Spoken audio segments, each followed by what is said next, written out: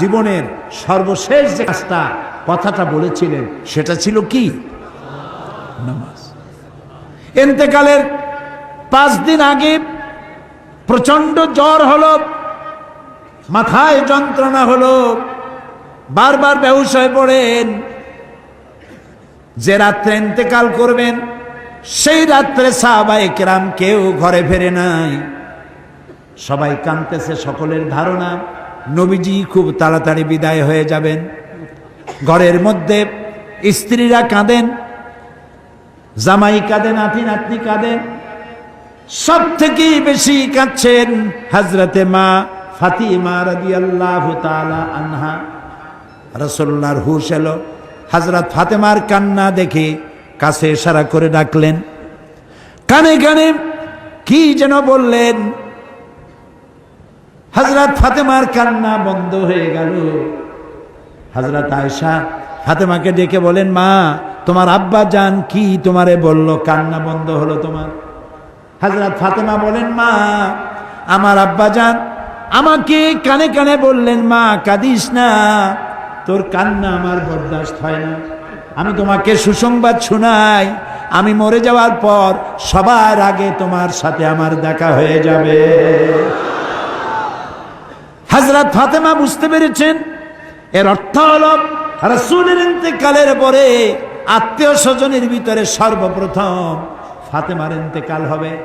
হয়েছিল তাই। রাসূলুল্লাহ বেহুশ হয়ে পড়লেন, আবার হুশ হলো, আবার বেহুশ হলেন। ফজরের পরে হযরতে জিবরাইল এসে বলছেন, আসসালামু আলাইকা ইয়া রাসূলুল্লাহ, হে আল্লাহর রাসূল, আল্লাহ আপনাকে সালাম বলেছেন আর তিনি জানতে চেয়েছেন আপনি কেমন আছেন। তিনি জানেন আপনি কেমন আছেন, তারপরেও তিনি জানতে চেয়েছেন আপনার মুখে আপনি কেমন আছেন। নবীজি বললেন,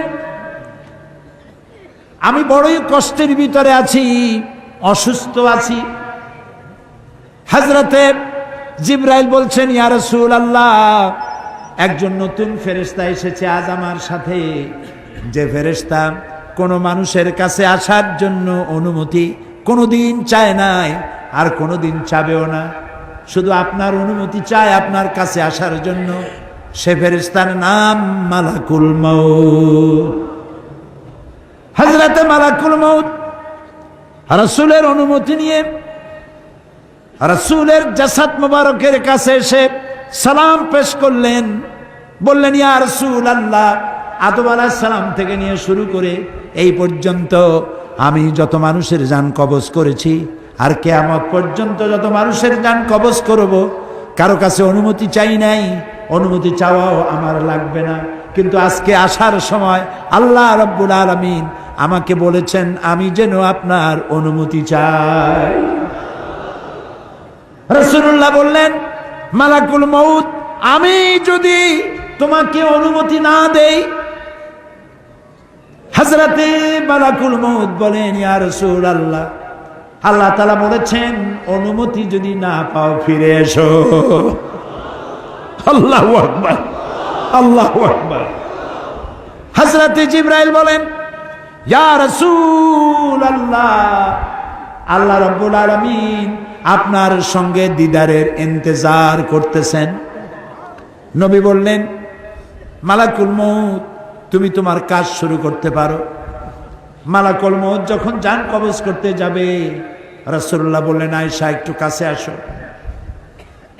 ওই যে সোনা ছিল কয়েক টুকরা, সোনাগুলোর খবর কি? 6 টুকরা, ছোট্ট ছোট্ট 6টা টুকরা সোনা ছিল, সোনাগুলো কই? হযরত আয়েশা বলেন, আমি তার যত্ন করে রেখেছি। নবীজি বলছেন, এক্ষুনি স্বর্ণ টুকরাগুলি সদকা করে দাও। আমি মুহাম্মদ সাল্লাল্লাহু আলাইহি সাল্লাম আল্লাহর দরবারে এই অবস্থায় উপনীত হতে চাই না যে মুহাম্মদের ঘরের ভিতরে সোনা আছে। হযরত ওমর রাদিয়াল্লাহু তাআলা আনহু রাসূলের সঙ্গে দেখা করতে গেছিলেন একদিন। ঘরে মা আয়েশা ছিলেন না। হযরত ওমর সালাম দিয়ে ঘরের মধ্যে ঢুকে দাঁড়ায় দাঁড়ায় কাঁদতেছেন, বাচ্চা শিশুর মতো ডুকরে ডুকরে কাঁদছে। রাসূলুল্লাহ জিজ্ঞেস করছেন, ওমর কান্দো কেন? হযরত ওমর বলছেন, আমি বিশ্বনবীর ঘর দেখতেছি, ছোট্ট একটা ঘর, এক কোনায় একটা সরাহি পানি রাখার পাত্র কাইতে হয়ে পড়ে আছে, একটা গ্লাস কাইতে হয়ে পড়ে আছে, আর এক কোনায় 1 কেজি কি আধা কেজি জব পড়ে আছে, আর রাসূল শুয়ে আছেন দড়ি দিয়া বুনানো একটা খাটিয়ার উপরে, চাদর নাই, বালিশ নাই, হাত মোবারক মাথার তলে দিয়ে শুয়ে আছে, পিঠ মোবারকে দড়ির দাগ কেটে আছে। হযরত ওমর বলছেন, ইয়া রাসূলুল্লাহ, আমি তো বরদাস্ত করতে পারছি না, বিশ্বনবী তার পিঠে দড়ির দাগ, পানির পাত্র কাইট হয়ে পড়ে আছে, খাট নাই, বালিশ নাই, আপনি আমাকে অনুমতি দেন, আমি আপনার জন্য একটা তোষক বানাই নিয়ে আসি। রাসূলুল্লাহ বললেন, ওমর, আমি তো দুনিয়ায় শান্তি করতে আসি নাই, আমি যদি ওহদ পাহাড়কে বলি ওহদ আমার জন্য সোনায় পরিণত হয়ে যা, ওহদ পাহাড়টাই সোনা হয়ে যাবে, শান্তি করতে আসি নাই। নবীজি বললেন, আয়েশারে সোনাগুলি বিতরণ করে দাও, সাদকা করে দাও। মালাকুল মউতকে বললেন, তুমি তোমার কাম সারো। জান কবর শুরু হয়ে গেল। নবীজি জীবনের শেষ কথা মুখ থেকে উচ্চারিত হলো, আসসালাত আসসালাত ওয়া মা মালাকাত আইমানুকুম, ও আমার উম্মতেরা, নামাজ নামাজ। ইন্তেকালের সময় মেয়ের কথা বললেন না, নাতির কথা বললেন না, জামাইয়ের কথা বললেন না, উম্মতকে স্মরণ করালেন, ও আমার উম্মতেরা, নামাজ ছেড়ে দিও না, আর তোমার অধীনস্থ ব্যক্তিদেরকে জ্বালা যন্ত্রণা দিও না, চাকর বাকরের জ্বালা যন্ত্রণা দিও না, গরিব মানুষের দিকে লক্ষ্য রেখো, আর আমি চিরজনমের মতো তোমাদের থেকে বিদায় নিয়ে গেলাম, নামাজ ছেড়ে দিও না। কিয়ামতের দিন ওই রাসূল যদি আমাদেরকে উম্মত বলে পরিচয় না দেন, জান্নাতে যাওয়ার উপায় নাই।